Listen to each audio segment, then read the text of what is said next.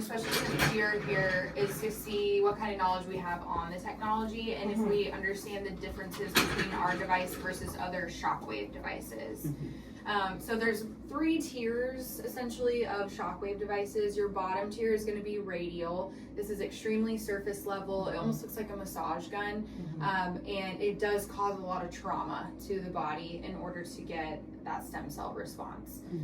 Not super effective. So that's going to be your bottom tier. Your middle tier, which is also a good tier, is going to be your focused shockwaves.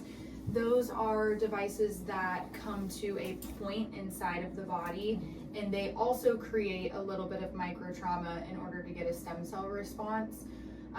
Their focal zone is very small, and so it's about 1 centimeter wide and possibly 12 centimeters deep, depending on what level you're using. This is a broadly focused shockwave device. We hold the patent on this, so there's no other device like it. We enter the body 12 centimeters deep. We're calling on stem cells without having to cause any kind of micro trauma, and our width is 7 centimeters wide. So we have a much larger focal zone, and therefore we're a lot more accurate when it comes to treatments.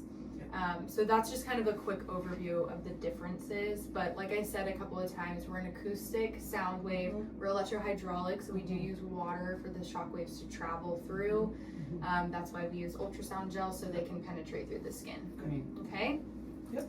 So we're just gonna run through setup really quickly. Again, like I said, very quick, very easy. You want me to do it? Yeah, do you want to come over and do it? And you're not going to have to do all of these steps every single day. So most of the time you're just going to be turning on the device and filling the applicator here. But for today we'll show you how to plug everything in. So you have your power cord here. Plug it in first. And you watched these videos yesterday. I did. So we're going to this see. is a test. Yeah. A little quiz. No, the videos were super helpful. So you guys definitely getting this unit? We are on a trial Yeah. for a couple months. Nice, sweet. Okay, so we're gonna turn it on. Yep. And then we're gonna wait for this to go like that. Yep, so this light is going to flash for a few seconds. Yep. And then once it's done, you'll hold that and power I'll button hold down. this for 3 seconds.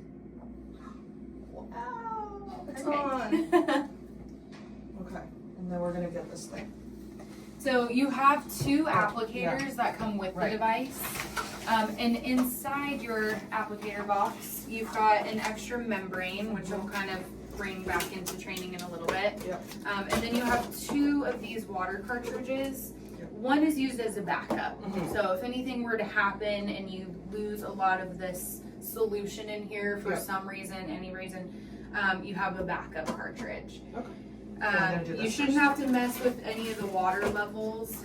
It's an enclosed water system, and so the machine pumps everything from the cartridge into the applicator and then drains it back in at the end of the day. So you shouldn't have to worry about dealing with anything in the water cartridge zone yet. And how long do those last for? Like, do you have to replace The them? entirety of the applicator's lifespan.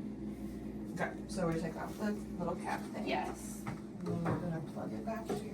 So this one goes up here. This one goes up here. And then you're gonna make sure that the hose of your applicator is always facing the front of the device. So you wanna line it up this way. The device is gonna help you pull this in, but you still have to give it kind of a push. Perfect, Yep. yes. And you need to hear that Nice. click, Because it's it can't extremely go. important. And then you do Nice some, right there. yeah, you do some unraveling. There we go. And then you can grab your cartridge. Yep.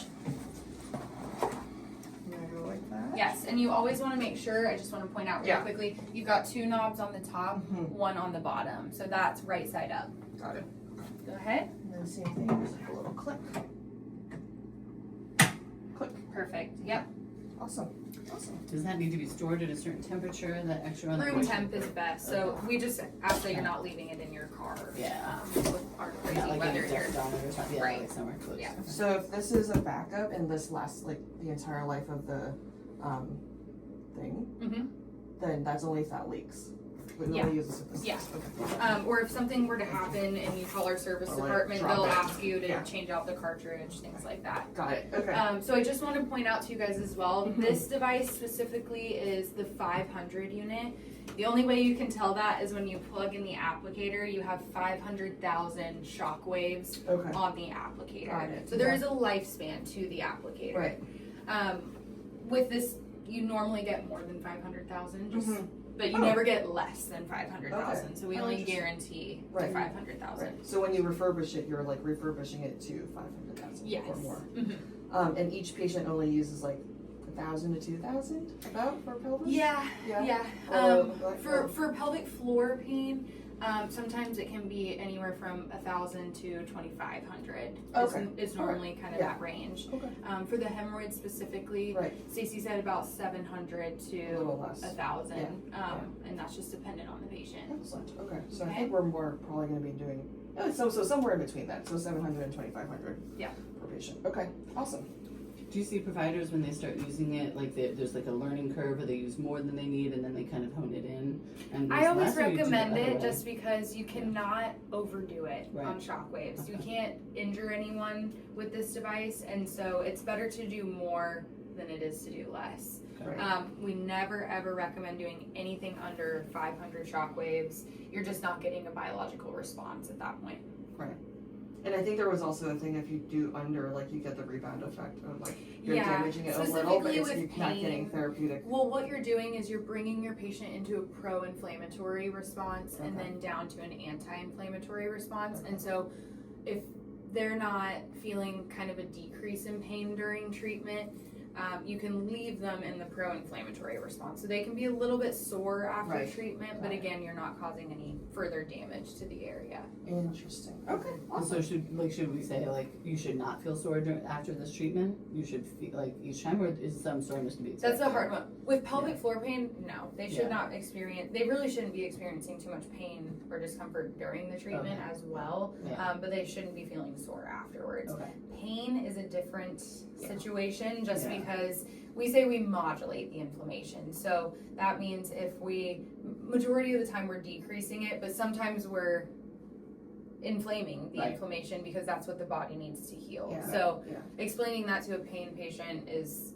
a little different than a So- pelvic floor or Yeah. for the hemorrhoids. Yeah.